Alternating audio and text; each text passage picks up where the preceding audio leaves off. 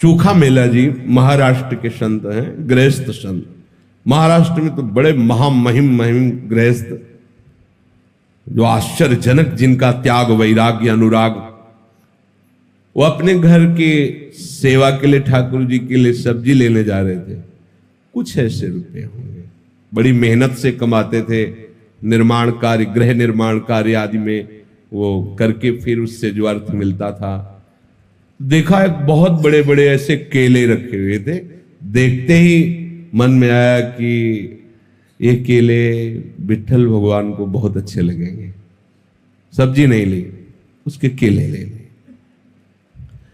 मंदिर में अंदर प्रवेश का तो अधिकार था नहीं।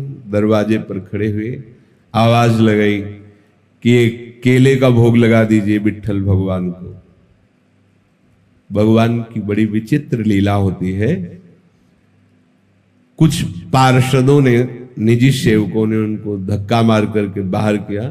बोले तुम क्या समझते हो, 2-4 बार नाम ले लिया तो इतने बड़े भक्त हो जाओगे कि तुम्हारे हाथ का छुआ हुआ भगवान भोग पालेंगे।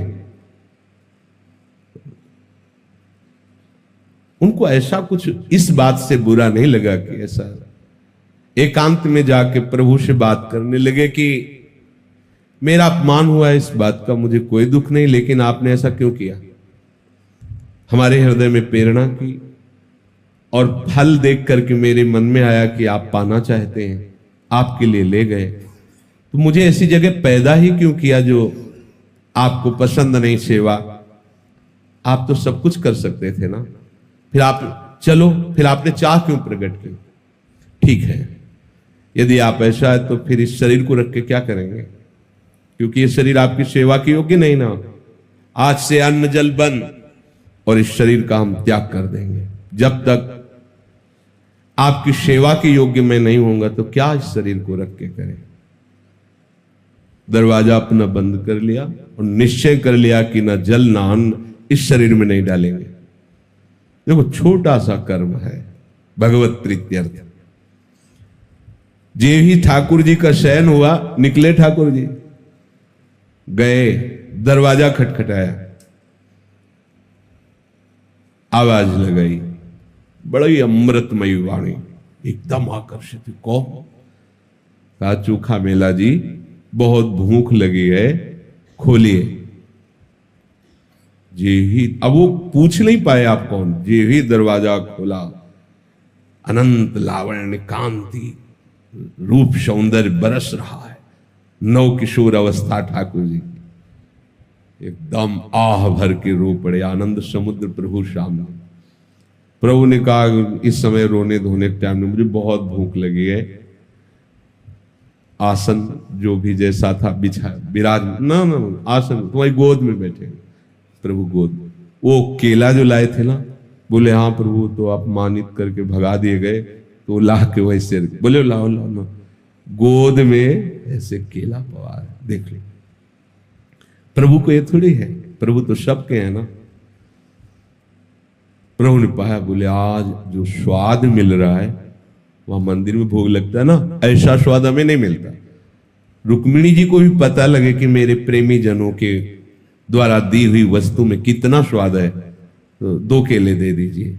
मांग के 2 केले प्रभु उनसे लेते और सब केले पाए और बोले तुम आनंदित रहो, मैं उन्हीं का होता हूं जो मेरे लिए है। मैं किसी जाति, कुल, साधना, अवस्था, तपस्या इसका नहीं होता हूं, इसका फल होता है, लेकिन जो केवल मेरे लिए है मैं उनका होता हूं। रुक्मिणी जी को पवाया, आंगन में छिलके फेंक दिए। अंदर से दरवाजा बंद मंदिर का। अब जब सुबह दर्शनकालीन शास्त्रों भक्तों की भीड़ लगी, जय जयकार मच रहा है। सेवा करने वाले निजी पार्षद बाहर से ताला लगा के जाते थे, जब ताला खुला तो अंदर से खुला नहीं, बहुत परेशान। अब तो विनय प्रारंभ की, फिर रोने लगे सब, प्रभु क्या अपराध हो गया। बोले जब ये दरवाजा तभी खुलेगा जब चोखा मेला जी को आप लाओगे और वो कहेंगे दरवाजा खोलो तो हम खोलेंगे। बोले प्रभु अभी जाते, बोले ऐसे नहीं, पालकी लेके जाओ, चोखा मेला जी को पालकी में बैठा के लाओ। अगर वो ना बैठे तो उनके पैर पकड़ना और कहना पालकी में बैठो। ये वही लोग हैं जिन्होंने धक्का दिया कि तुम्हारे हाथ का भगवान कैसे पाएंगे। भगवान शिक्षा दे रहे, अगर वो ना बैठे तो उनके चरण पकड़ना, क्योंकि वो दैन्य हैं, वो शायद ऐसा ना करें, तो तुम उनके चरण पकड़ना, उनसे विनय करना, उनको बैठाना। और जब वो पालकी में बैठ के आएंगे और यहां दरवाजे में कहेंगे खोलो प्रभु, तो हम खोलेंगे। नहीं नहीं, दरवाजा खुलेगा ही नहीं, अंदर से सब लाग। अब उनके तो प्रकट और आंतरिक दोनों जीवनाधार श्री विठ्ठल भगवान ही है। पालकी ली भागे भागे। आप सब आश्चर्यचकित हो रहे कि कल मंदिर के दरवाजे से जिन्हें धक्का दिया गया था, आज उन्हें पालकी में बैठा ले वही पार्षद चोखा मेला जी तो साष्टांग लौट गए। भगवान मैं इस योग्य कहा, तो वो फिर चरण पकड़ रहे कि अब आप छुपिए मत, सब जान गए कि आप किस कोटि के महान भक्त। आप जबरदस्ती उनको पालकी में बैठाया, जय जयकार करते हुए लाए। मंदिर में जब आए तो आंसू बहाते चोखा मेला जी, प्रभु बस करो बस करो, अब तो खोल दो। तत्काल दरवाजे खुल गए। ये देखो, एक छोटी सी सेवा चमत्कार प्रकट कर दिया। यदि हम आठों पहर प्रभु के लिए, तो कैसा जीवन होगा, विचार करके देखो आप।